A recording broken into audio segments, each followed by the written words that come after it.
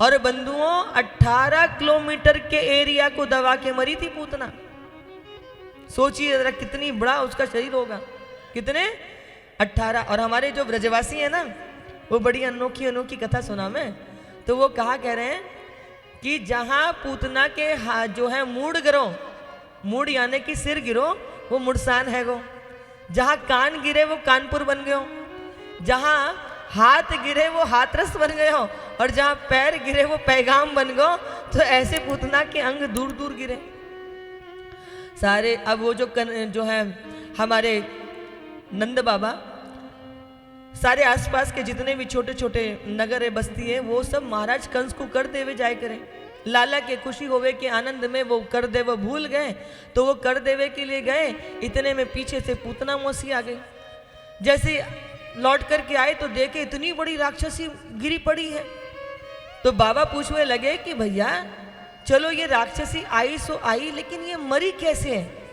तो वहां पास में खेलते बालक बोले कि बाबा हम तो को बता में। बोले बाबा हम यहाँ खेल रहे हैं।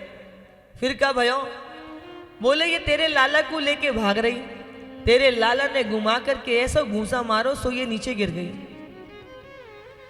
बाबा बोले चौरे लाला दिन में भांग खा के आएगा क्या है? मेरा नेक्सो लाला ये इतनी बड़ी भारी भरकम सी राक्षसी।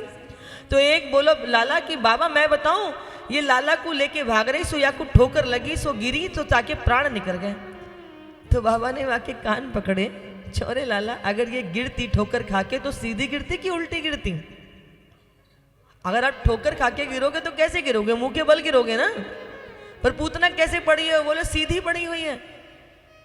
अब बोले मरी सो मरी, आस पासन के सारे मार्गन ने बंद करके मरी है। बड़ी मुश्किलन थे, सीढ़ी ऊंची सी बनाई है, लकड़ी को जोड़ जोड़ करके लाला को ऊपर से चढ़ के नीचे उतारो है। यशोदा मैया तो राक्षसी को देख करके घबरा करके मूर्छित है गई। लाला ला करके मैया की गोदी में दियो, जल की छींटे डाली, तब मैया को होश आयो। लाला को गोदी में पा करके मैया ने हृदय ते लगा लियो। व्याकुल अधीर होकर के रोवे लगी मैया।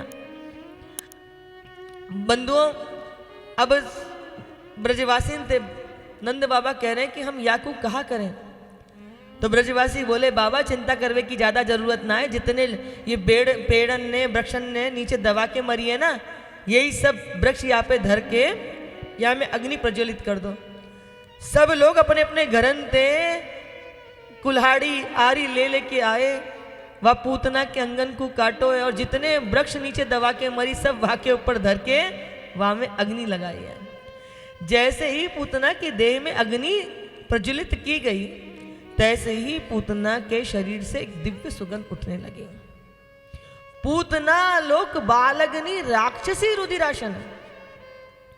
आखिर ये जो पूतना है, इसकी देह में जब अग्नि दी गई तो इसके देह से क्या निकल रही है? सुगंध निकली है दिव्य। आपने देखा होगा कि जब हम चिता में अग्नि लगाते हैं तो एक प्रकार की शरीर के मांस के जलने की सुगंध होती है। दुर्गंध ना आती, समझ में आता, लेकिन दिव्य सुगंध निकल रही है, वो भी पूतना के देह से। तो पूतना कौन है? बोले पूतना लोक बालग्नि। इसका नाम क्या है? बोले पूतना, जो किसी के बालकों को ना छोड़े जीवित, उसका नाम है पूतना। बोले क्या करती है? बोले पूतना लोक बालग्नि, जो बालकों की हत्या करती है, उसका काम कैसे है? बोले बालकों की हत्या करना। पूतना लोक बालग्नि राक्षसी रुधिराशना। इसकी प्रकृति कैसी है? बोले राक्षसी है। और भोजन क्या है? छोटे छोटे बालकों के गरम गरम रक्त का पान करती है। बताओ जरा। पूतना लोक बालग्नि राक्षसी रुधिरासना, जिंघा सया पाए हरे गतिम दत्ताप सदगतिम। जिंघा सब या पाए स्तनम दत्ताप सदगतिम। बंधुओं, जिसका नाम अच्छा नहीं, काम अच्छा नहीं, भोजन अच्छा नहीं, आचरण अच्छा नहीं, वो कैसी है? बोली राक्षसी है।